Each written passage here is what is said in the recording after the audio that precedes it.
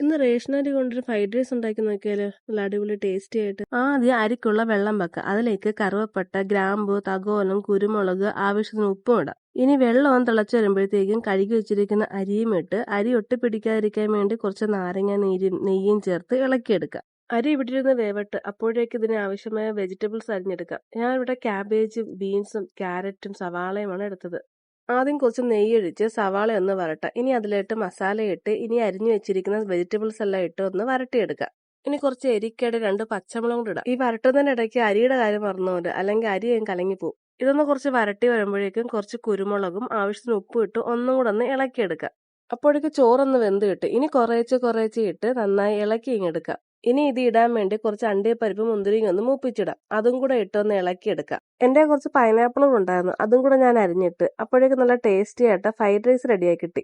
ഈ 2 പപ്പടവും പൊള്ളിച്ച് കുറച്ച് ചിക്കൻ കറി വെച്ച് ഫ്രൈഡ് റൈസ് അങ്ങ് കഴിച്ചാലോ.